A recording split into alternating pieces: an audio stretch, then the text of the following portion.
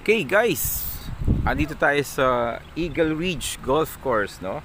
Dito sa may barangay, itong side na to, barangay Havalera. Tapos General Trias, Cavite. Okay, ito yung may binibenta tayo dito, 5 lots, no? 5 lots hanggang 6 lots. Okay, so mura lang. Kasi mas malapit itong mga lote na to dito sa gate 3 ng Eagle Ridge, kasi andun lang yung Eagle Ridge na gate, gate 3. Itong way na to guys, papunta yan ng Manggahan, no? General Trias, Manggahan. Ito naman, pagka diniretso mo naman to, papunta yan ng Amadeo, Tagaytay. Ayan.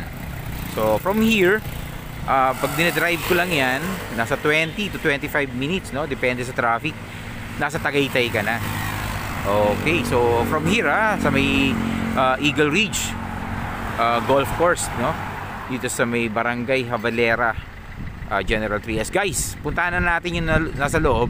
Papakita ako yung mga property na binibenta natin.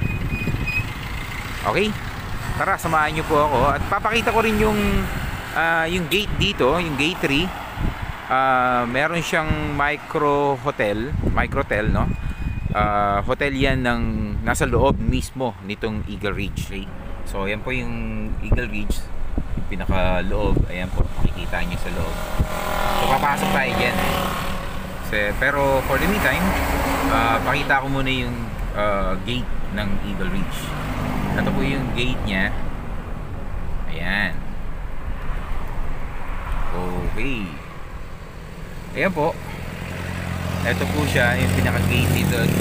At ito po yung sinasabi kong hotel. Wait, papasyalan natin Ayan po. Ayan, Microtel. Okay. So maganda naman. At may sarili siyang hotel, no? Ito para sa mga nag-golf, pagka gusto mag-stay, dito sila nag-stay. Ayan. Okay. So guys, tara, samahan niyo po ako. Tignan natin yung binibenta nating property rito sa loob. Pasok po tayo. Another selling property tayo dito pa rin sa Eagle Ridge, no? Dito sa Barangay Buena Vista, General Trias, Cavite. Okay. So eto, may binibenta tayo dito ng 341 square meters. Guys, nandito tayo sa medyo malayo tayo. Kasi hanggang gate 4 ang ating Eagle Ridge, no? Nasa may bandang gate 4 tayo, yung papunta doon. Ayan, yung papunta doon. Ayan. Eto, yung may bahay na yan, yung papakita ko yung bahay na yan. Ayan, yung bahay na yan, guys, along the highway yan ng South Boulevard. So papunta sa kanan, papunta yan ng gate 4. Ayan. So medyo nililinaw ko lang para alam nyo kung saan yung lote na to. Ayan, ito. From the corner lot na meron kasing golf cart na pathway, no? Ayun, no? So papakita natin yung pathway ng golf cart. Ayan. Binibenta natin hindi corner lot kasi etong pathway na to, ayan, may isang lote rito pero hindi yan ang binibenta natin, yung second lot. Okay, yung second lot guys, 341 square meters. Ayan siya. Okay, so maganda presyo nito, medyo mura kasi guys, nandito tayo sa may block 116 lot 15. Eto, block 116 lot 15. Eto siya. Okay, ayan siya. So, drawing natin yung pinakasakop niya, no, para at least may idea ko kayo. At makita natin yung laki at luwag nitong no. Parang ganun lang naman yan sa mapa, kasi parang ganun lang naman kalaki yung pinaka frontage, no. So 341, 8,000 per square meters guys. Okay, so ilalagay natin yung pinaka total amount. Hindi lang natin na-compute, no? Pero habang nagsasalita tayo dito, yung total amount niya, ilalagay natin dito. Mura lang to kasi kung 8,000, nasa 2 point something lang to.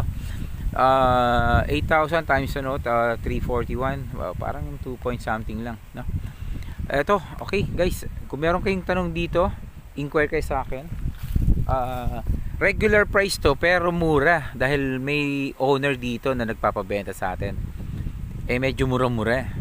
At saka ito may ginagawa doon, no. Makita natin. Yan, bagong ginagawa to. Yan. Ayan. Diba? Ginagawa. Okay. Tapos, ito yung dito lang tayo. Ito lang.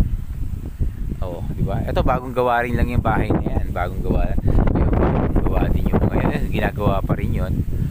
Pero ibig sabihin guys, sa laki ng Eagle Ridge, unti-unti dumadami na yung nagpapagawa, no? So eto, mura lang binibenta. Oh, di ba? Ulitin natin, ha. 341 square meters, 8,000 per square meter. Ayan. So naka-flash na yung ano diyan, yung total contract price. So tignan niyo na lang. At kung may tanong kayo guys, tawag kayo sa akin, nandiyan yun. Ipo-flash na rin natin dito sa screen yung ating number para at least meron kayong matawagan. Tawag kayo kagad kayo kung meron kayong inquiry.